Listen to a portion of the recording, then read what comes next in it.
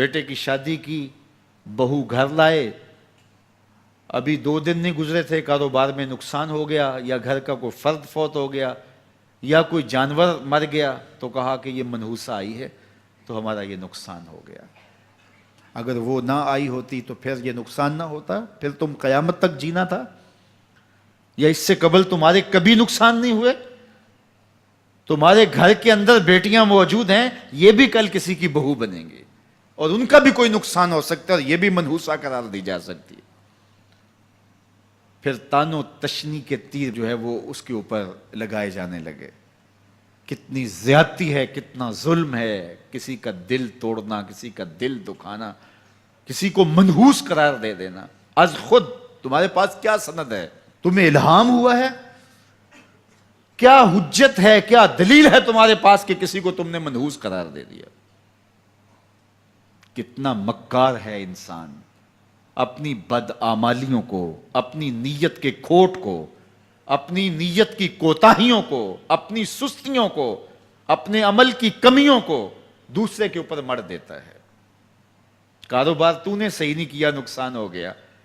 صبح 12 بجے اٹھ کے تو گھر سے جا رہا ہے اور نقصان ہو گیا. تو نے 2 نمبر مال بیچا, آج پکڑا گیا اور نقصان ہو گیا. تم نے ٹیکس نہیں دیا, تم نے زکوٰۃ نہیں دی, تم نے دروازے پہ کھڑے ہوئے سائل کو جھڑکا, نقصان ہو گیا. یہ تمہارے پاپ ہیں جو مصیبت بن کے تمہارے سامنے آتے ہیں. یہ تمہاری بے تدبیریاں ہیں, تمہاری ناحکمتیاں ہیں, یہ تمہاری بے احتیاطیاں ہیں, یہ تمہارا تکبر ہے, یہ تمہارا غرور ہے, یہ تمہارا عجب ہے, یہ تمہاری ریاکاری ہے, یہ تمہاری خیانت ہے, یہ تمہاری دھوکہ بازی ہے, یہ تمہارے قلب کے اندر چھپی ہوئی نفرت ہے جو آج تمہیں مصیبت بن کے جس کا سامنا کرنا پڑ رہا ہے. یہ تمہارے اندر کے عیب ہیں جو مجسم ہو کے تمہارے سامنے آئے ہیں. اللہ تعالیٰ نے قرآن مجید میں ارشاد فرمایا وَمَا أَصَابَكُم مِّن مُّصِيبَةٍ فَبِمَا كَسَبَتْ أَيْدِيكُمْ, جو تمہارے اوپر مصیبت آتی ہے وہ تمہاری اپنی کرتوتوں کی وجہ سے آتی ہے. بیماری آئی تمہارے پرہیز نہ کرنے کی وجہ سے آئی, بیماری آئی تمہارا زیادہ کھا لینے کی وجہ سے آئی, بیماری آئی تمہارا نامناسب غذا لینے کی وجہ سے آئی, بیماری آئی وقت پہ سوئے نہیں, وقت پہ اٹھے نہیں, تم نے کسی سے زیادتی کی. بیماری تمہاری بدعمالیوں کی سزا ہے. مصیبت کا آنا, تکلیف کا آنا تمہاری بدعمالیوں کی سزا ہے. اور منحوسہ یہ خاندان کی خاتون ہے. تو یہ دوسرے کے اوپر مڑ کے اپنی کوتاہی, اپنی غلطی دوسرے کے اوپر لگا دی اور اس کو منحوس قرار دے دیا. اگر کسی کا کام تمہیں دیکھ کر کے اچھا نہ ہو تو پھر تم بھی منحوس قرار پائے نا.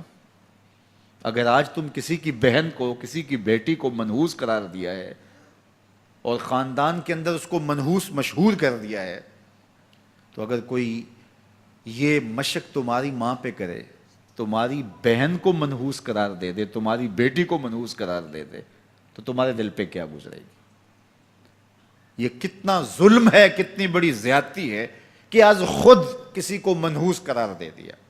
کوئی منحوس نہیں ہے, کوئی لمحہ منحوس نہیں ہے, کوئی شخص منحوس نہیں ہے, کوئی وقت منحوس نہیں ہے, کوئی گھڑی منحوس نہیں ہے. مصیبت کا آنا, تکلیف کا آنا تمہاری بدعمالیوں کی سزا ہے. لیکن قرآن نے کیا خوب بات فرمائی, وَيَعْفُو عَنْ كَثِيرٍ, ابھی تو بہت ساری باتیں ہم معاف ہی کر دیتے ہیں. تم نے کوئی گناہ کیا, پھر تمہارے ہاتھ اٹھ کے ہم نے معاف کر دیا. تم نے کوئی گناہ کیا, تم نے صدقہ کیا, ہم نے معاف کر دیا. تم نے کوئی گناہ کیا, تم نے سجدہ کیا, ہم نے معاف کر دیا. تم نے گناہ کیا, تم نے وضو کیا, ہم نے سارے گناہ جھاڑ دیے.